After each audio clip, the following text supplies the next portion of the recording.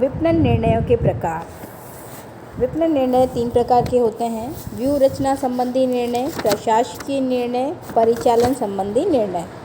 व्यूह रचना संबंधी निर्णय वह होते हैं जिसमें संगठन के उद्देश्य को विस्तार पूर्वक स्पष्ट करते हैं, साधनों का उपयोग दीर्घकाल तक करने हेतु लक्ष्य एवं नीति निर्धारित करते हैं एवं संगठन के भविष्य के लिए एक निश्चित दिशा बोध प्रदान करते हैं। ये निर्णय संगठन के भविष्य को प्रभावित करने वाले संपूर्ण संगठन से संबंधित होते हैं और ये निर्णय उच्च प्रबंधन के द्वारा व्यवसाय की प्रकृति को ध्यान में रखकर लिए जाते हैं। दूसरा है प्रशासकीय निर्णय। इन निर्णयों में उपक्रम के संसाधनों और अनुकूलतम कार्य निष्पादन की सुविधाओं को देखा जाता है। विपणन संगठन के ढांचे में सुधार, अधिकार, सत्ता एवं उत्तरदायित्व के संबंधों का निर्धारण, विपणन सूचना प्रणाली की स्थापना आदि से संबंधित निर्णय प्रशासकीय निर्णय होते हैं।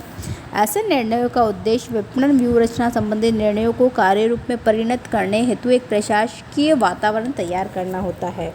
तीसरा है परिचालन संबंधी निर्णय।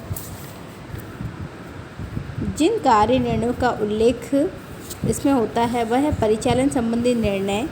इन निर्णयों का उद्देश्य व्यूह रचना संबंधी प्रशासकीय निर्णयों को कार्य रूप में परिणत करना, इन्हें गति प्रदान करना एवं विपणन बजट, उत्पादन लक्ष्य, इन्वेंट्री स्तर, विक्रय लक्ष्य, कर्मचारी प्रशिक्षण एवं विकास आदि के संबंध में लिए गए निर्णय इसी वर्ग में रखे जाते हैं। नेक्स्ट हम जो डिस्कशन कर रहे हैं वह है विपणन निर्णय के क्षेत्र। इसमें खंडकरण निर्णय, उत्पाद निर्णय, वितरण निर्णय, विज्ञापन एवं संवर्धन निर्णय, मूल्य संबंधी निर्णय को बताया गया है।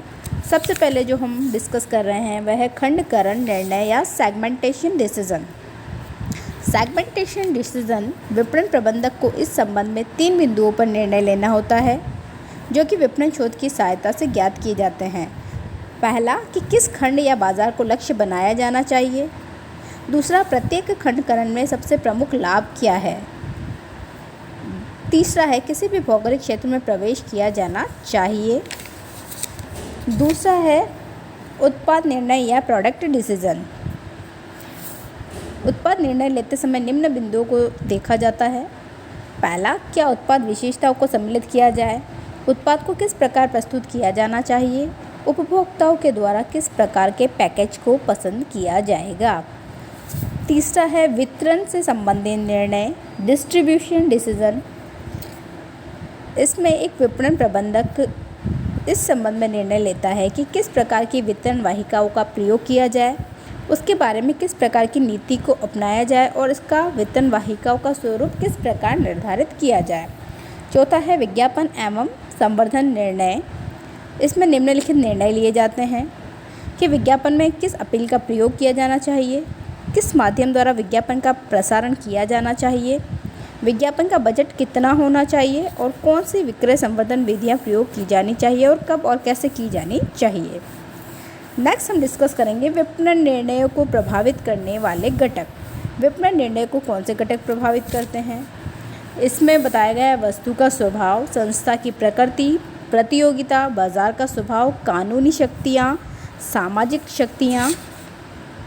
ये सभी घटक जो हैं विपणन के निर्णय को प्रभावित करते हैं। इसमें सबसे पहले हम वस्तु का स्वभाव, इसके बारे में जानेंगे। वस्तु का स्वभाव, जब निर्णय लिया जा रहा है विपणन का तो वस्तु के स्वभाव के बारे में हमें जानकारी होनी चाहिए। उत्पाद या सेवा के अनुरूप विपणन निर्णय लिए जाते हैं। उत्पाद उपभोक्ता से संबंधित हो सकता है और उद्योग से भी संबंधित हो सकता है। उपभोक्ता उत्पाद को प्रत्येक उपभोक्ता तक पहुंचाने के लिए गहन वितरण प्रणाली का निर्णय लेना होता है, जबकि औद्योगिक उत्पाद के लिए ऐसे निर्णय की आवश्यकता नहीं होती है। नेक्स्ट सेकंड है संस्था की प्रकृति। संस्था का स्वभाव भी विपणन निर्णय को प्रभावित करता है। संस्था की आर्थिक स्थिति, कर्मचारी की शक्ति, उत्पादन की शक्ति आदि इसमें सम्मिलित किए जाते हैं। जिन भी संस्थाओं की वित्तीय स्थिति सुदृढ़ होती है वह नए उत्पाद, विविधीकरण या विकास के बारे में तुरंत निर्णय ले सकते हैं, जबकि छोटी संस्थाएं ऐसे सीमित संसाधनों के कारण निर्णय नहीं ले पाती। प्रतियोगिता, विपणन निर्णय प्रतियोगिता से प्रत्यक्षतः प्रभावित होता है क्योंकि प्रतियोगी वस्तुओं एवं प्रतिस्पर्धी क्रियाओं से काफ़ी सीमा तक प्रभावित होते हैं।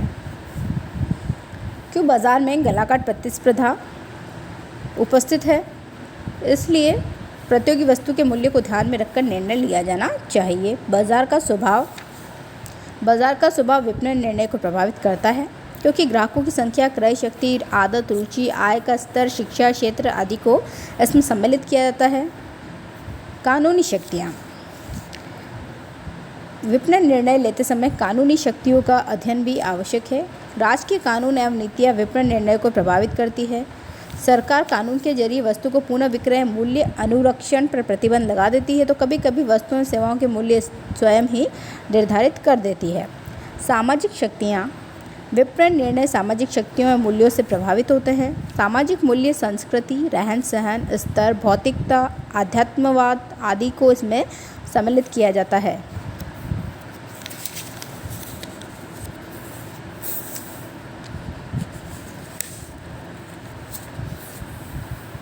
विपणन निर्णय की प्रक्रिया। इसमें पहला चरण है उद्देश्यों की स्थापना, समस्या की व्याख्या करना, समस्या का विश्लेषण, वैकल्पिक समाधानों का विकास और विकल्पों की जांच, सर्वश्रेष्ठ विकल्प का चयन, निर्णय का क्रियान्वयन, प्रतिपुष्टि एवं नियंत्रण। पहला चरण है उद्देश्यों का निर्धारण करना। निर्णय की प्रक्रिया में निर्णय का उद्देश्य निर्धारित करना है। उद्देश्यों के बिना निर्णय की समस्या ही नहीं रहती है। उद्देश्यों के निर्धारण में प्रबंधक को ये बात ध्यान में रखनी चाहिए कि विपणन के उद्देश्य संस्था के समग्र उद्देश्यों में कोई विरोधाभास उत्पन्न न करें। समस्या की व्याख्या।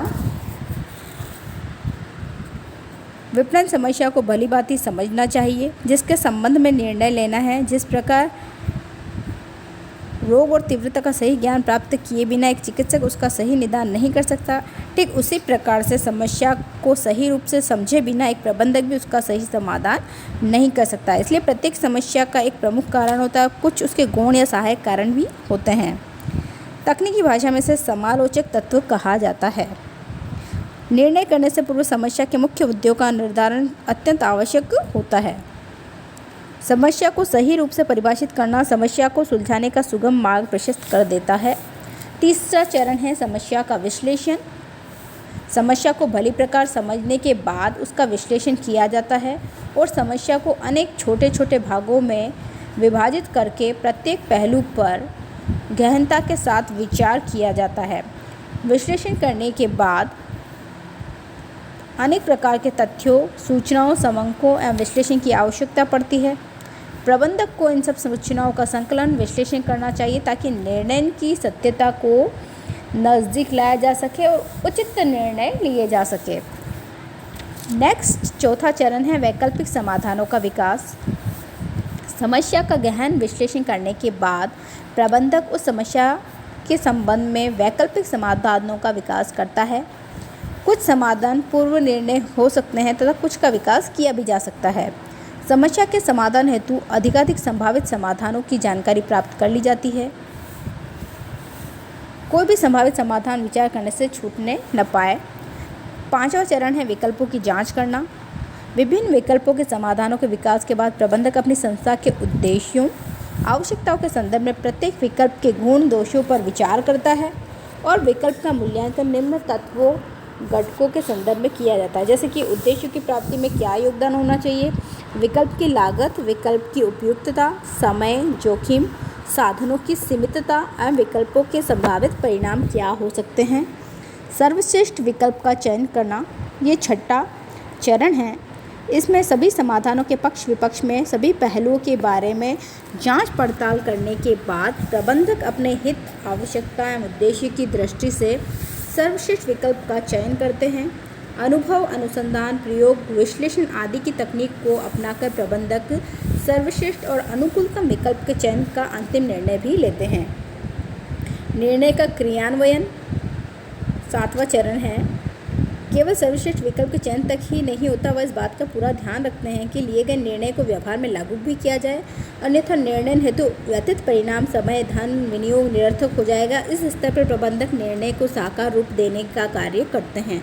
आठवां चरण है प्रतिपुष्टि या नियंत्रण। निर्णय को लागू करने के पश्चात उसके प्रभावों का अध्ययन किया जाता है। और सभी आवश्यक सूचनाएं एकत्र की जाती है, जांच की जाती है और किस सीमा तक उद्देश्य की प्राप्ति में असफल रहे हैं इसके बारे में चर्चा की जाती है। निर्णय को पूर्णतः प्रभावी बनाने हेतु ज्ञान प्राप्त करने के संदर्भ में उसमें सुधार संशोधन किए जाते हैं। निर्णय की संपूर्ण प्रक्रिया में उपयुक्त क्रियाओं के चरणों का समावेश होता है, किंतु आवश्यकता और परिस्थिति के अनुसार उसमें परिवर्तन किए जा सकते हैं।